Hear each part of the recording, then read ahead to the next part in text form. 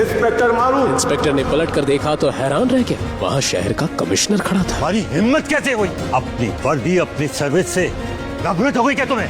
Sir ये तो चोर है सर।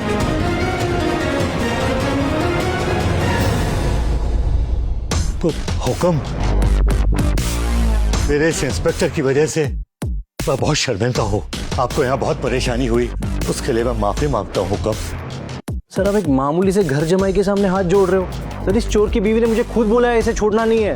चोर? How dare you say that? अगर ये चाहे तो उस शोरूम से भी बड़ी 10 दुकानें खरीद कर आग लगा दे। ये देखो। कमिश्नर ने अपने मोबाइल पर उस इंस्पेक्टर को कोई मैसेज दिखाया। वो देखते ही इंस्पेक्टर का चेहरा सफेद पड़ गया और वो गौतम के पैरों में गिरकर माफी मांगने लगा। हमको माफ कर दीजिए हुकुम, हमको माफ कर दीजिए। हुक्म, मैं आपको बाहर छोड़ूं? बस इतना ध्यान रखिए कि मेरी पहचान के बारे में किसी को पता ना चले, मेरी बीवी को भी नहीं। जी। गौतम ये कहकर वहाँ से निकल गया। क्या है सच्चाई? क्यों कमिश्नर साहब तक उससे हुक्म कहकर उसके आगे गिड़गिड़ा रहे थे? आगे एक ऐसा राज खुलेगा जो आपकी होश उड़ा देगा। एक कार आकर रुकी, उसमें से एक बेहद बूढ़ा आदमी उतरा और उसने गौतम के हाथ में एक छोटा सा बॉक्स दिया। आखिर क्या था उस बॉक्स के अंदर और क्या है गौतम की असली पहचान? शाम होते ही महल में जश्न का माहौल बना और क्यों ना हो, आखिर अवनी की दादी सा गायत्री देवी का जन्मदिन जो था, शहर के जाने माने लोग उनके इस जन्मदिन समारोह का हिस्सा बनने का मौका नहीं छोड़ना चाहते थे। देश भर से लोग उनके लिए महंगे महंगे गिफ्ट्स लेकर आए थे। थोड़ी देर बाद गौतम भी अवनी की दादी सा गायत्री देवी की बर्थडे वेन्यू पर पहुंचा। अवनी गौतम को पार्टी में एक्सपेक्ट नहीं कर रही थी। तुम किस लिए छुड़ाया तुम्हें पुलिस स्टेशन से? वहीं पड़े पड़े सड़ जाते ना तो अच्छा होता। मैंने कोई चोरी नहीं की। अरे मैं तो ज्वेलरी शॉप के बाहर खड़े होकर देख रहा था, पुलिस ने आके मुझे पकड़ लिया। बहुत मुश्किल से अपनी बेगुनाही का सबूत देके निकला वहां से। ठीक है ठीक है। ये क्या है गिफ्ट के नाम पे? कैसी गंदी सी पैकिंग है ये? छोटे से डिब्बे में आखिर गौतम क्या गिफ्ट लेकर आया होगा? वो बुजुर्ग आदमी कौन था जिसने पुलिस स्टेशन में गौतम को वो बॉक्स दिया था? पैकिंग पे मत जाओ, जो अंदर है ना उसे देख के तुम भी चौंक जाओगी। अरे किसका बर्थडे है? दादी सा। हाँ तो दादी सा खोलेंगे। ठीक है। अच्छा सुनो, जब बाकी केस वहाँ जाके दादी सा को अपना गिफ्ट दे तो तुम चुपके से जाके वहाँ पे अपना बॉक्स रख देना, समझे? पता नहीं दादाजी ने किस जंग का बदला लिया मुझसे, तो तुम जैसे गरीब के साथ मुझ जैसे करोड़पति की शादी करा दी। हाँ तो पैसे हैं और ना तमीज। जाओ जाओ। गौतम को सोच पाता उससे पहले ही किसी के कदम पार्टी के वेन्यू हॉल की तरफ बढ़ने लगे। वो खूबसूरत लड़की चेहरे पर मुस्कान लिए एक बॉक्स के साथ गायत्री देवी की तरफ बढ़ने लगी।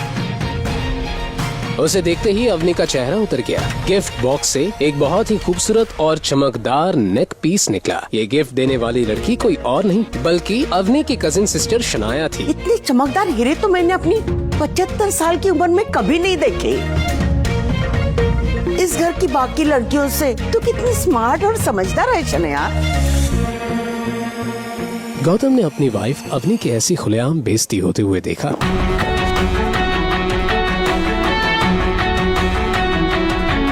सुना वैसे ये डायमंड नेकलेस काफी महंगा होगा, नहीं? शनाया गौतम की बातों में छुपे व्यंग्य को समझ नहीं पाई। उसने अकड़ कर उस पेंडेंट का दाम जोर से बोला ताकि सब सुन सके। हाँ 1.5 करोड़। 1.5 करोड़? इसका मतलब शनाया को ये डायमंड बेचने वाला उससे ज्यादा स्मार्ट निकला। 5 लाख के डायमंड को 1.5 करोड़? कुछ भी। जो लोग जेब में 500 रुपए लेके घूमते हैं वो कब से लाखों करोड़ों का ज्ञान देने लगे? गायत्री जी तमतमाते हुए बोली। तू इस पार्टी को खराब करने आया है क्या? खुद तो रिथल आएगी सबके सामने डायमंड का गलत दाम बताकर जानबूझकर मेरी पोती को बदनाम करना चाहता है। दादी साहब आपको मुझ पर भरोसा नहीं है ना, तो मिस्टर पारेख से पूछ लीजिए। राजस्थान के सबसे बड़े डायमंड मर्चेंट वही है ना, प्लीज।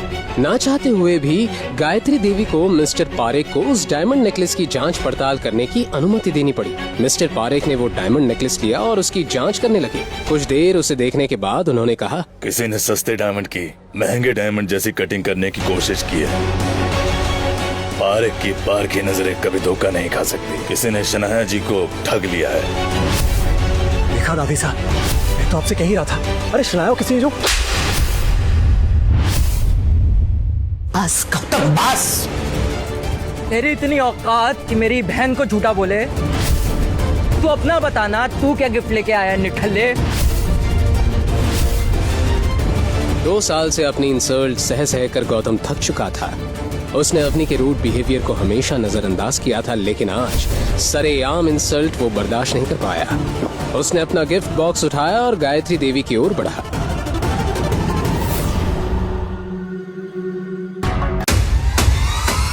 आगे की कहानी जानने के लिए नीचे दिए गए लिंक से डाउनलोड करें पॉकेट FM ऐप।